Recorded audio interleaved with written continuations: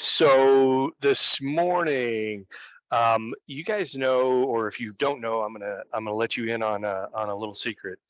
A lot of times, the topics for these sessions come about because of something you all are going through. So last week, I think I helped no less than a half a dozen people with their amendment to address concerns, inspection results, and all of the associated questions that inevitably result around that. And I know several of you are in that position probably right now. I know Sasha, you've got one under contract. Malcolm, you've got one under contract. So you're probably either at this juncture or going to be at this juncture very, very soon. So I thought this would be an appropriate topic for today. So what we are going to talk about is the amendment to address concerns, setting expectations around that, the actual mechanics of what to write in the amendment to address concerns, what it looks like, what a good one looks like, what a bad one looks like. That's what we're going to talk about today. All right. So hopefully you will find that helpful and productive. And we're going to just launch right into, actually, we're going to launch into one thing ahead of time. All right. So first off, plug for Wednesday. Real Scout rollout and training is going to be our Connect Wednesday. And folks, everybody that's playing with this thing that has gotten the tool and is starting to work with it is pretty excited about it. I hope you've seen some feedback on Workplace. It's pretty high speed, low drag, and I'm excited about it. One of the things that I am most excited about it, and this may be applicable to several of you. Ironically enough, Malcolm and Sasha, both of you on this call, um, do a lot of business on the South Side. One thing that Real Scout does and does extremely well is it helps you do the search settings, but it can do it in both Georgia MLS and First MLS. So one of the major challenges that all of us have experienced as agents is in a market that has serviced by two major MLSs, is you got to know two systems and two services, and that's always been a problem for me personally because I know I use one of them well enough to know it well, and the other one I don't use enough to know well, and it always is a struggle. So Real Scout can be flipped to pull the listings from both Georgia MLS and FMLS, and that is a win, a major, major win for me personally. So I hope you're excited about it as I am, and that'll be on Wednesday. Okay, we also have the Moxie rollout, which I have been sprinkling in a little bit of Moxie training here and there into our calendars. But I want to show you, if you want to learn more, the Moxie rollout, the live date is August 15th. However, if you want to learn more and you want to get some training before then, and you want to be get up and running quickly, I am going to share the screen and I'm going to show you exactly where to find said training.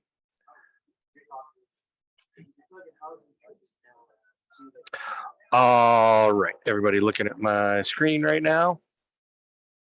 Okay, I'm going to send you a link, and that link will also be in Workplace here in a short while too. But that link will take you to this training, learning engagement. We are in group 3 for the Moxie rollout, and here is our agent training, and these are the sessions that I would advocate that everybody sign up for. One session for each one of the 4 modules that you're going to be using primarily. And if you'll notice, each one of these sessions, none of these actually start, and it's loading, but none of these sessions actually start until the actual live date of August 15th. And there are many, many that you can choose from on here. Okay, none of this starts till August 15th. So if you're one of those ones that is saying, hey, I would really like to get some training beforehand, how do I do that? You can do so on 21 University, C21 University. So you go to Century 21 University, that you click right there. That's going to take you to your home for Century 21 University. It's going to look like this if my computer is not going to be slow. And then you're going to click on the Moxie Works on the left-hand column. And then you've got Moxie Works 101, 201, and 301. Obviously, we're going to start with Moxie Works 101, and we can see the sessions that are available for this. And you can see Moxie Engage, Moxie Impress, Present, Moxie Talent, which you don't need to worry about, websites, Leads Engine, which you don't need to worry about, and this is my training for Product Champions, so you don't need to worry about that either. But you can sign up for any of these sessions. So if you want to learn more about Moxie Engage, you click here, and they have sessions that you can sign up for that start pretty quickly. Register. Let me see what time frames these are all in. Apparently I can't access this page. Don't ask me why.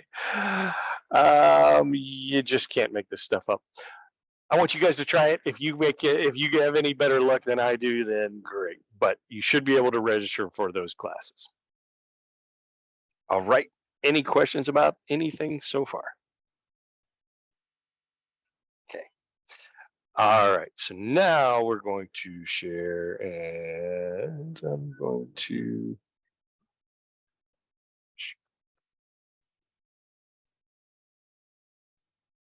Okay, y'all looking at strategies for the amendment to address concerns? Yay! All right. So, amendment to address concerns. You have gone under contract. You have an inspection has been conducted, and you are now either representing the buyer and you are trying to make sure that they are getting what they are looking for, or you are representing the seller and you're trying to protect their interest in this process. Okay, so the first order of business is getting that inspection done as part of the due diligence and getting the results back, and send that inspection report to your client for their review. More than likely, they're going to get it at the same time as you, or if not before you. All right. Here is your attitude and your position with your client. You're not alarmed by anything that you're seeing here. You're not concerned. You're concerned, but you have a slight distance to this situation. Okay. You want to make sure that they're getting the best possible deal, but you don't want to be alarmist. You're not going to be the one that's going to freak them out. Okay. Let the inspection results be the thing that freaks them out, if anything. All right. Your attitude is, I've seen all this before. There's a solution for every problem. There's nothing that we haven't handled before, and we can get you through this. Don't worry, it's all good. You're confident, but not arrogant. If you haven't heard me say that before, that is kind of a major theme in my real estate business. I want to be confident without any arrogance in the way I conduct myself. Okay. Even before you get the inspection done, when you're there at the inspection getting the briefing, here is the expectation that you want to set with your client. And it's important to have this conversation. You want to let them know that the inspection report is, sometimes it's going to be it could be 35, 45, 50 pages long. And this is where you have to know your client and know them extremely well. Are they the type of personality type that is going to look at an inspection report and screw straight through the ceiling? I'm going to stop sharing my screen and look at y'all in the face. There are certain personality types. Type A's, highly organized, highly retentive personality types. Your engineers, your accountants, those types of people are going to look at an inspection report and go, oh my gosh, there's so much wrong. This is going to be horrible. This is going to be terrible. And imagine if you had taken the time to have this conversation with them ahead of time. Look, here's what you need to know. The inspection report's going to be long. It's going to be all encompassing. It's their job to make you to be alarmist for you, but it doesn't mean that everything in this inspection report has to be done. You might be surprised to find out, if you did an inspection on your current home that you're living in now, how much how many results you would see on there. Okay, so the things that we are going to focus in on the inspection report, as you're having this conversation with Mr. Buyer, is we're going to focus on the things that are major problems, that are high dollar value items, and that deal with the health, safety, and function of the home. Okay, go right back to the screen, and I think I'm going to show you a slide that pretty much says exactly that. All right. The goal is to get the majority of the major items taken care of, not every single item on the list. And you need to remind them that your job in this whole scenario is, one, to get you the best possible deal with the least risk to you, while at the same time keeping the deal alive and making sure that we get to the closing table. Okay, those things are often in conflict with each other. If you put on the higher priority on getting your client the best possible deal, you might hit the seller up with 15 items on your amendment to address concerns, and cover every single base to make sure your client doesn't have to repair anything ever in that home. Doing so is probably going to be a deal breaker, because if you send a seller a long inspection report with a huge amount of demands, chances are they're going to say no, in which case your deal is in jeopardy. All right. So we want to use that reasonableness standard. What is reasonable? What would a reasonable person buying a home like to have done to it to make sure that it is complete and safe? And why do I say not in new construction? What do y'all think about new construction and doing an inspection on new construction? I'm genuinely curious what your opinion is. Who has done a home inspection on new construction build? Raise your hands. Go ahead.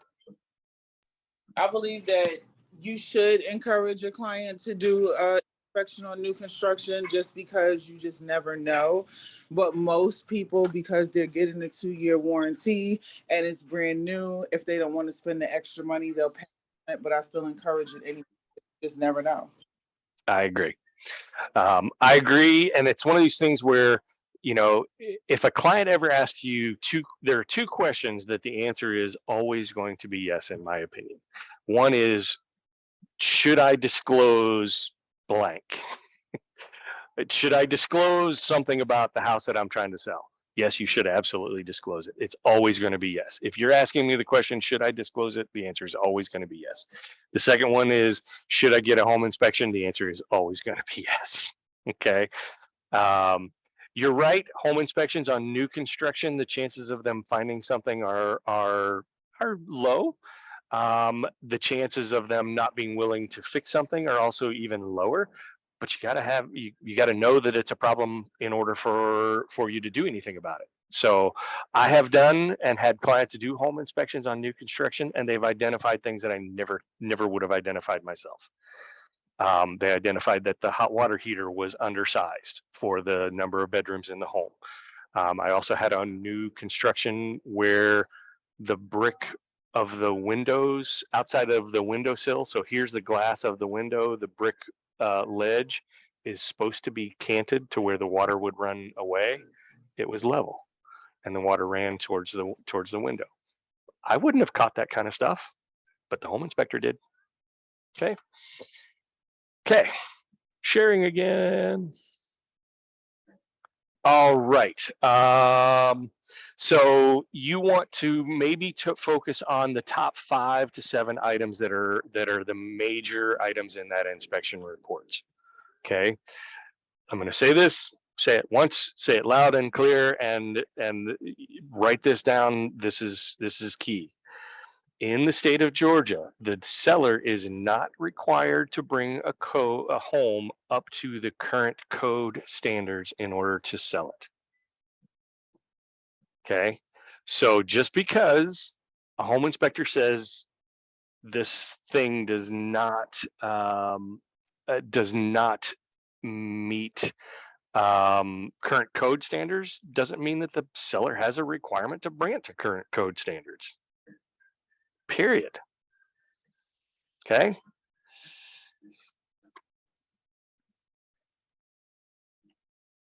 Sorry, folks, can't seem to get my slide to advance. Okay, so what is fair game to ask for on the inspection report? Any item on there that deals with the health and safety of the home. If it deals with and it controls one of the major functions or operational systems of the home, such as your HVAC, plumbing, roofing, foundation, something along those lines. The items that I want to ask for are anything that has a larger cost to cure. So if it's a bigger ticket item like HVAC or you know foundational problem, that's going to be more important than a windowsill that's got a little bit of rot on it. Any items that are not visible, known, or acknowledged when the offer was originally written. If you looked at a house and you knew that the carpet was absolutely horrible and you asked for it in the amendment to address concerns, but you saw it when you were showing the house, you may or may not have any luck getting that repaired because it was something that was clearly visible when you inspected the home. Okay.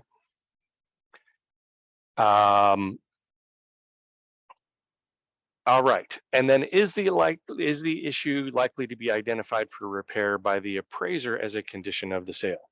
So for those of you who don't or who are not super familiar with the sales process up until this point, when you're under contract, part of the process is the lender will send an appraiser out. That appraiser can also mandate a certain amount of repairs to be done to the home. And they usually do so in compliance with different guidelines from either the FHA or the VA or conventional loan, Freddie Mac or Fannie Mae. So if you look at an inspection report and it's one of the things that you may or may not have knowledge of as being a problem in past FHA or VA repairs, it's easier to ask for it at the ATAC than it is waiting for the appraisal to come in. Okay, so this is kind of a double-edged sword because this being able to do this kind of implies that you already know what's going to happen at the FHA or VA appraiser. You may or may not know that. So sometimes it's just going to come down to some experience. But that's what you got the brokers on call for, because we can work with you on this, and you can use our experience. All right. So the inspection report is the source for all the items in the amendment to address concerns. I don't recommend that you go off script and put something in your ATAC that is not specifically listed in your amendment to address concerns. Okay.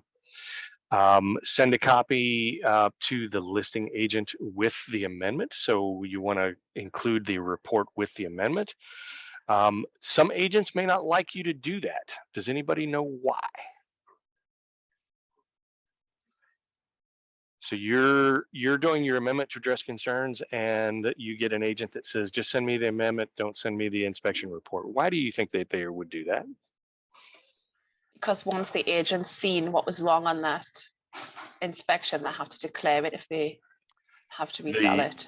Well, yes, there is a requirement to disclose anything that it was identified in the inspection report. One thing that you said is the agent has a duty to disclose. The agent doesn't. Seller, I'm sorry, the seller. That's what I meant. You got it. You got it. All right. So Claire's absolutely right. Is I typically will not send over the inspection report until I've coordinated with the listing agent. And I will say, hey, I'm going to send over the amendment to address concerns, and do you want me to send the inspection report to go with? And they 99 times out of 100 will say yes. Okay. Some of them don't. Good idea to put that into practice. All right.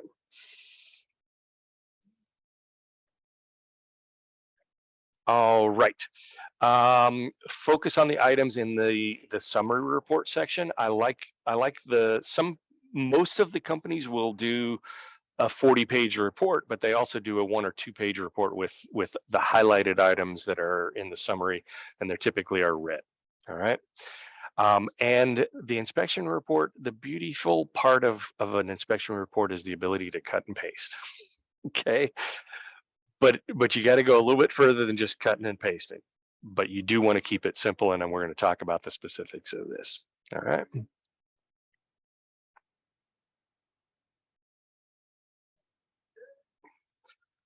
All right, so the opening sentence of an amendment to address concerns is a nice way to wrap up a whole bunch of administrative stuff.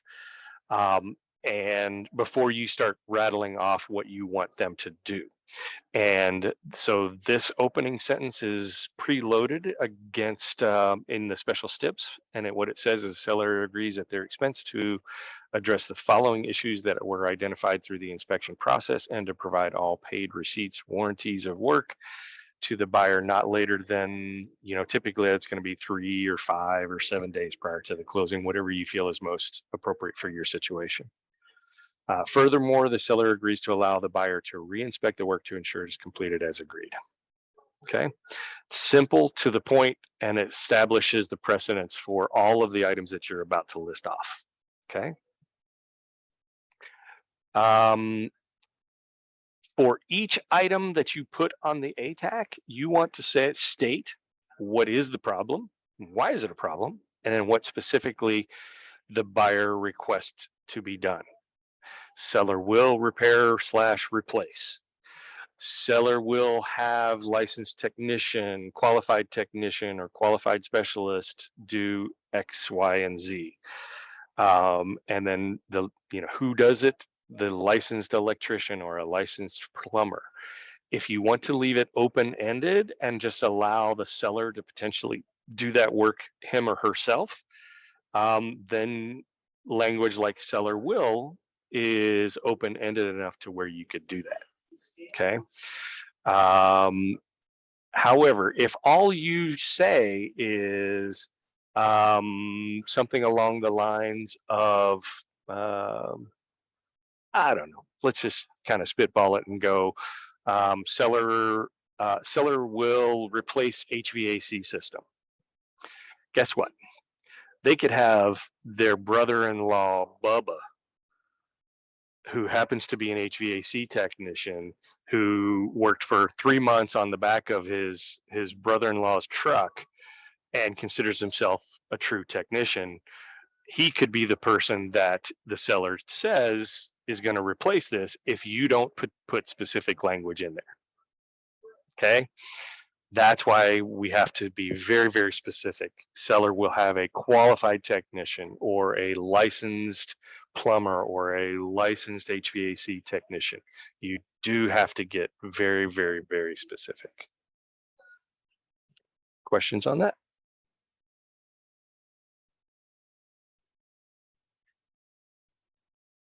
All right, and then continuing on, repair completed to what standard? Okay, if you're telling somebody to repair the right garage door because it has a giant gap or a hole or somebody ran into it, they could replace that giant garage door on the right side, but it might be painted white and the other one is painted black. Well, if you didn't specify that it's painted to match the other one, you might end up showing up on closing day with one white garage door and one black garage door. And if you look at the amendment to address concerns, and if it didn't specify what color it had to be painted, guess what? You're stuck with one of each. Okay. Consistent with elsewhere in the home is another good language that you can put in your special stip to say that it's going to look consistent with the other locations in the home. You want to make sure that you're saying when it is completed and how it is going to be verified in what way. Who's going to do the verification process? In most cases, it's that licensed plumber or it's that invoice that is coming back that it is verified that the work has been completed. Any questions on these? Okay. introduce you to one other little concept. You can actually have work to be done after the closing. You can negotiate situations where work will actually be agreed to in the closing and completed afterwards. Is anybody familiar with polybutylene piping and the problems that that has caused in the past? I've done some polybutylene homes where we closed and the contractor agreed to do the work and was paid to do the work after the closing took place. Everything is possible, folks. We can negotiate just about everything. All right.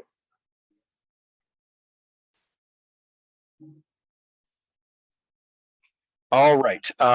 I'm gonna skip this over this one in the interest of time because I want to get to the meat and potatoes. But if you need to know how to add those special steps, it's pretty easy to do so using the clauses within your within Remind Docs Plus. Remember to number each item on your amendment to address concerns. And the question I always ask is why? Why do you number stuff on an amendment to address concerns, or any amendment for that matter?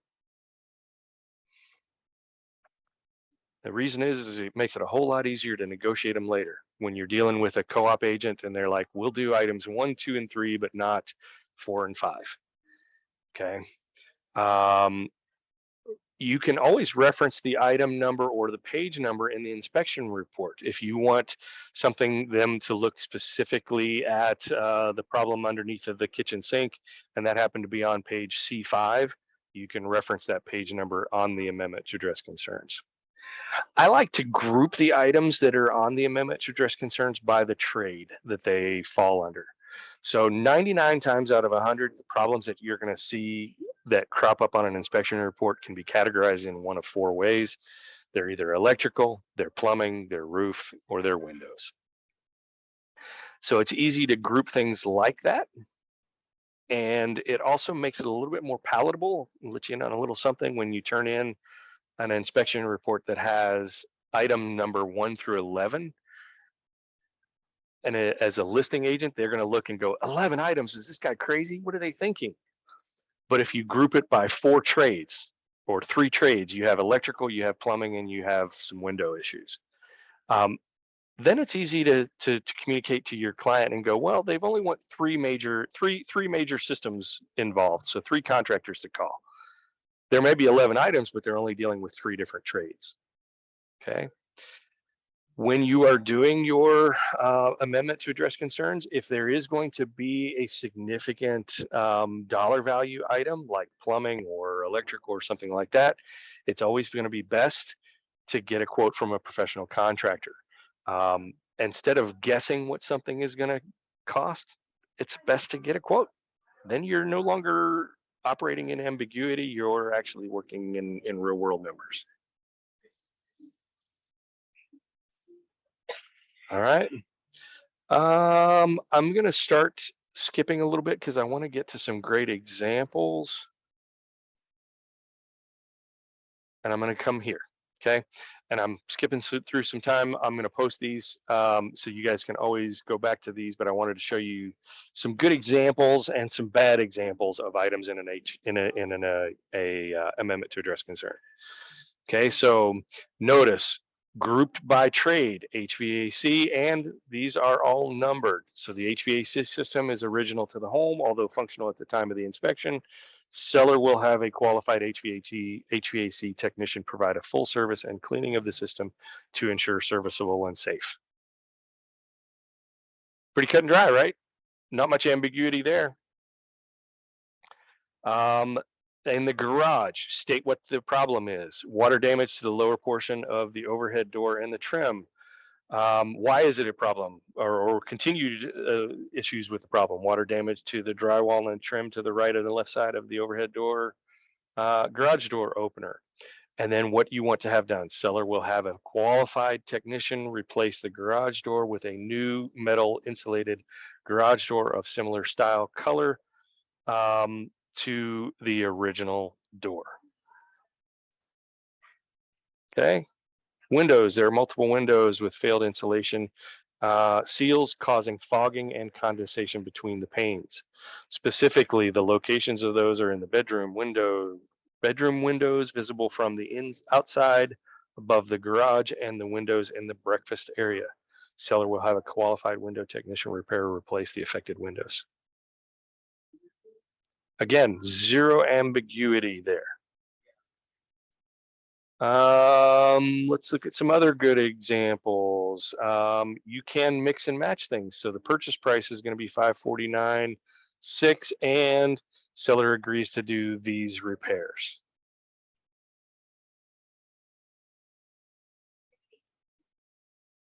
Okay, let you guys just skim those real quick.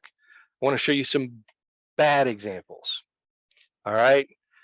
Due to the age of the AC unit, seller to have the unit inspected and certified by a licensed operator to verify proper working order. No, that's not bad. Seller to have the chimney inspected and serviced. All receipts to be provided to buyer 1 week prior to closing. Receipts of what? Their groceries? Seller confirmed that the projector screen and wiring cables will remain with the home. Seller to confirm that the wood shelves and see, these are just really poorly worded. Let's look at some more. I love this one. Apparently this person never took English in high school, because I believe that is one giant run-on sentence that is very difficult to understand.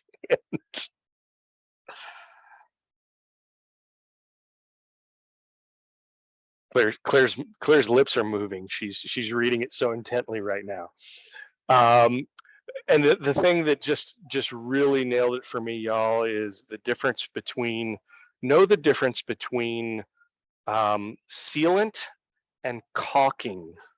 Caulking is that stuff that you do in your bathroom, and it's that material that water seals around edges, and it's spelled CAULK, not what you read in the last sentence of that, the cracks in the basement. Okay, CAULK is the word that I believe this particular agent was looking for at that particular time. All right, everybody having a good time? All right, hand railing along the stair is loose, re-secure to assure stability and safety. Who's supposed to do that? How are they supposed to do that? And when is it supposed to be done? The overflow drainage system of sinks located within the hall and the master bathrooms failed to release water out of the sink basin.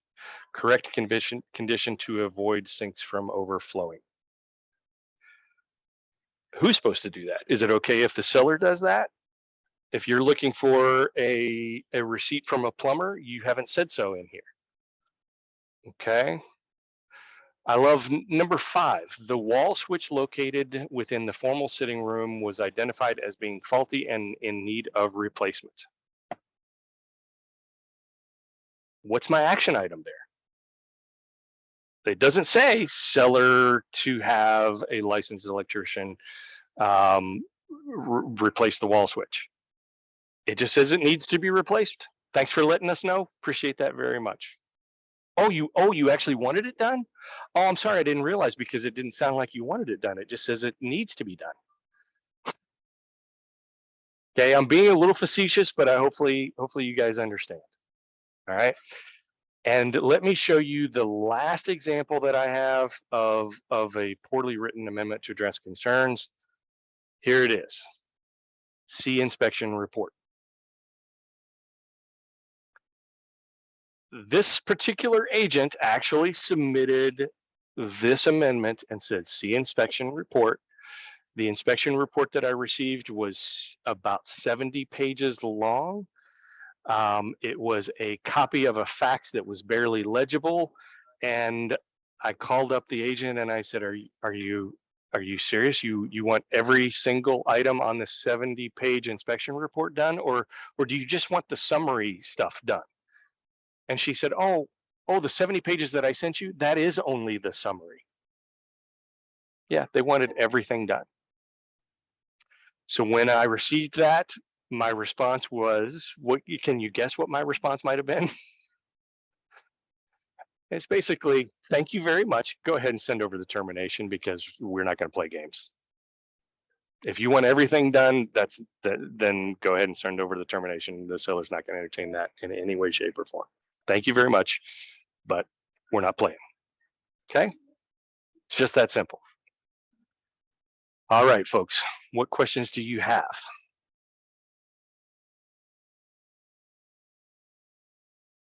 Here's your time.